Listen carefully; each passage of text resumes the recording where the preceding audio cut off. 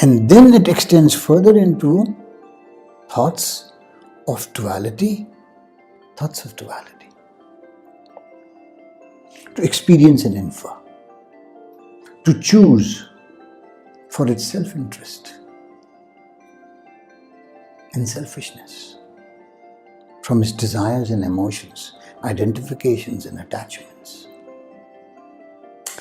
So, this is how the four states of the mind operate. The first is the silent state, which only witnesses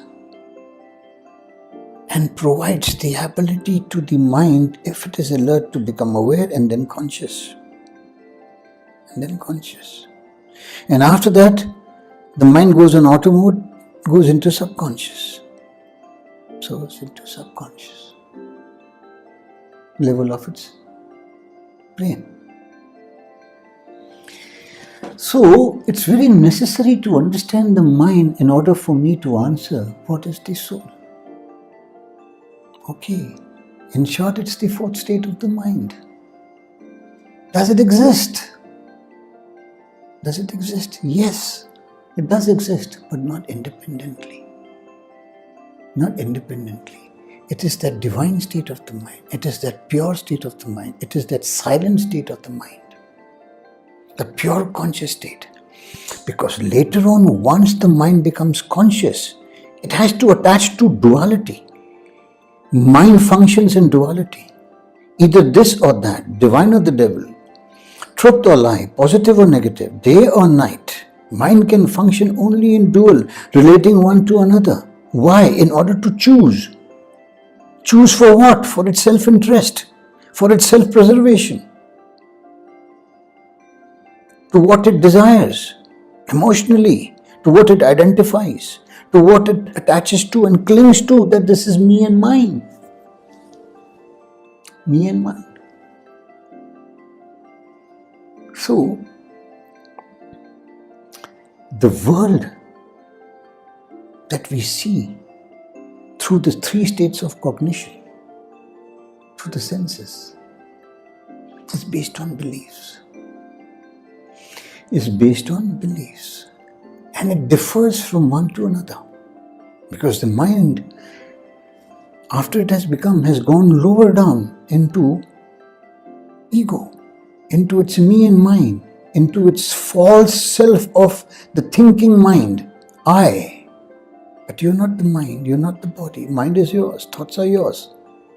So it's gone down into lower consciousness, into ego consciousness. It's gone down. So when it's gone down, it is for the consciousness, for the life, to experience the life of duality, of this and that, here and there, of this and that and here and there. For it's me and mine, ego consciousness, lower consciousness, a part of the soul, but not the wholesome. Purity is that wholesome from which this emerges. Purity is that absolute. Purity is that raw cosmic energy contained in the section of the soul.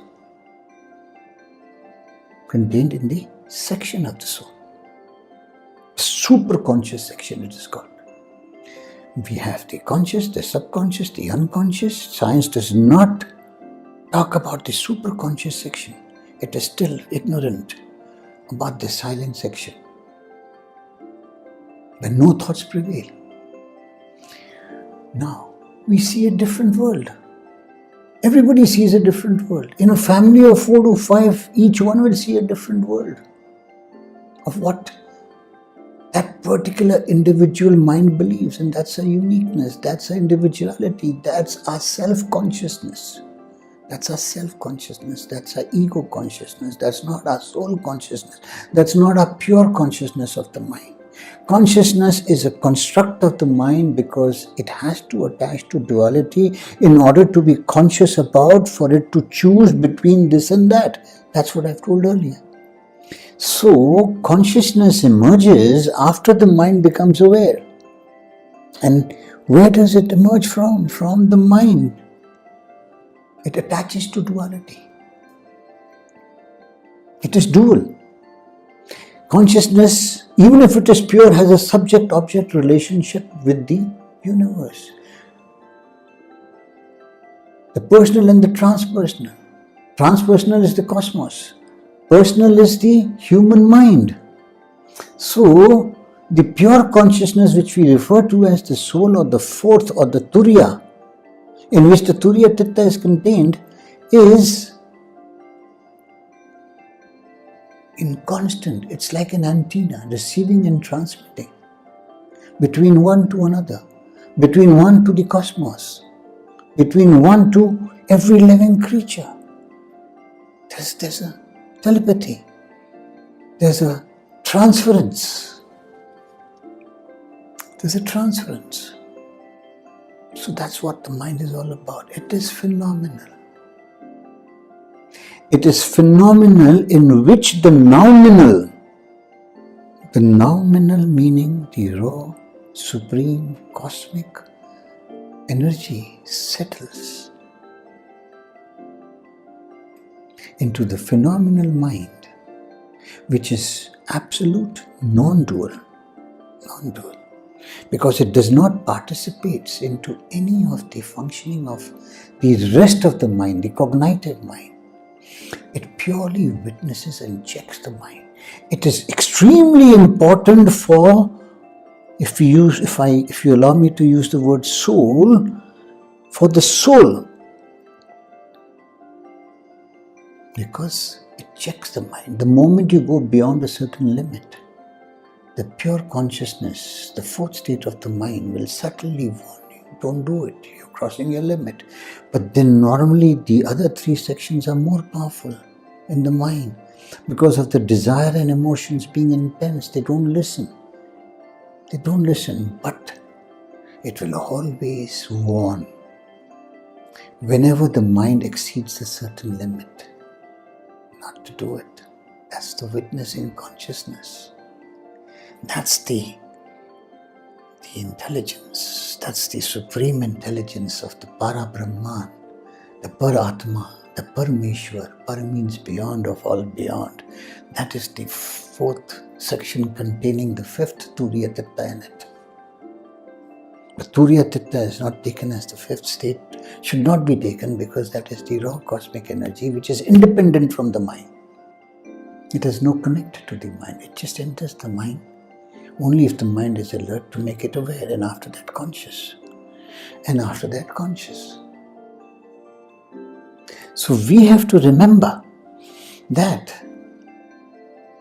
the body, mind and soul are integrated as one. The body and mind does not exist. The body goes back to the earth. The mind is the operating system, flowing through neurons and neural pathways, carrying information, formed by the intelligence and the intellect, here and there, for the mind to perceive, conceive, experience and infer. So, the body, mind and the soul are integrated as one, because as per quantum mechanics theory and Shanti Mantra, all that exists is energy, just waves of energy in the subatomic particles. Once you go deep down, from molecules to atoms to protons to neutrons to electrons, and what you find, just waves turning into particles as and when there's an observer. So it appears, everything, particles appear and disappear. Everything appears and disappears.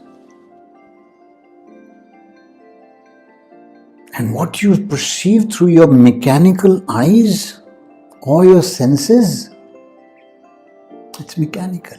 It's only after the conscious principle. The conscious principle is that principle of the mind which activates your mind, which is that aliveness.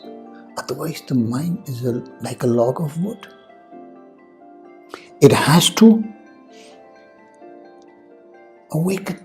It has to be activated by the fourth section. And the fourth section is that conscious principle which awakens the mind. It's that wakefulness of the mind. It's that uniqueness of an individual mind. And the soul, or the fourth section. First, it's dual in relationship with the cosmos. Second, it is dual with the other three states of the mind. And third, it is individualized. This divine within is individualized. So all three are nothing but the mind.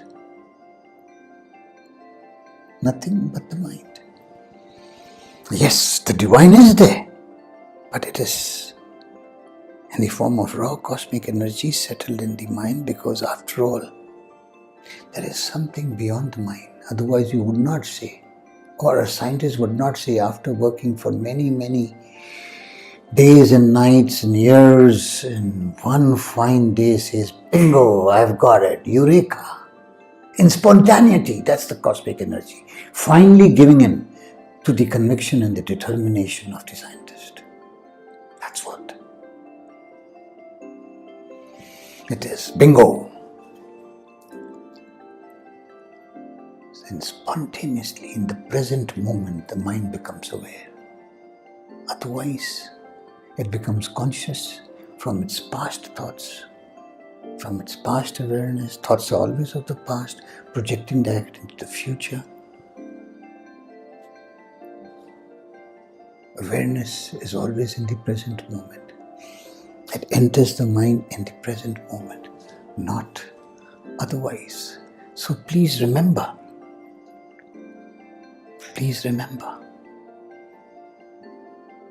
the mind plays its own role with three sections of the mind. They play their own role. And we, because of our ignorance of the soul and the spirit, are imbalanced. We are tilted totally towards the materialism. And we are destroying this planet Earth and ourselves and all around. Agreed. Energy creates, destroys, recreates. It's a cycle in the form of a circle.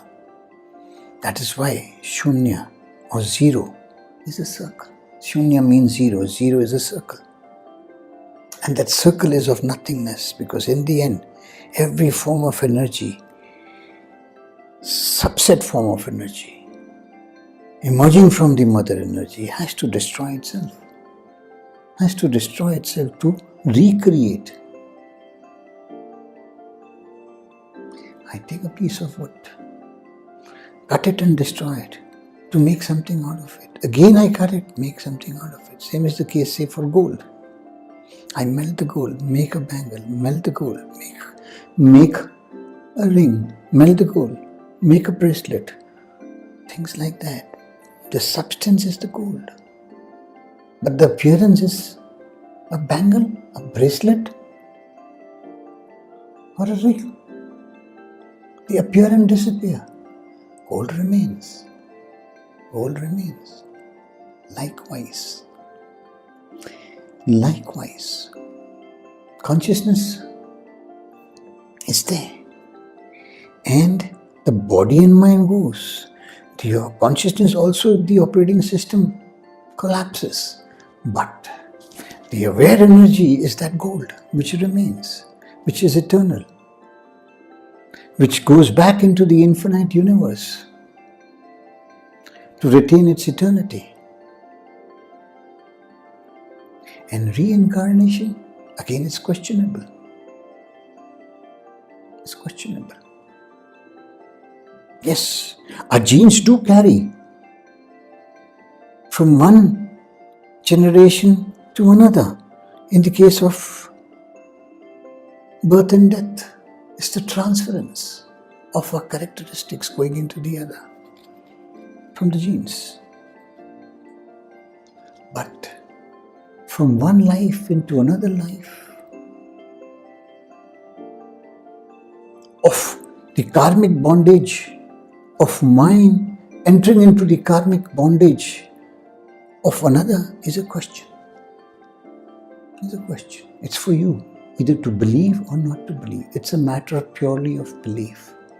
I doubt, you may believe. Both have a right. Both have a right. So the soul is nothing but to make the mind aware, attentive, and conscious. And conscious. Aware, attentive, alert, aware, attentive, and conscious. And then after that, subconscious. This is the process of the mind from the beginning to the end. And then unconscious, to go into sleep. To go into sleep.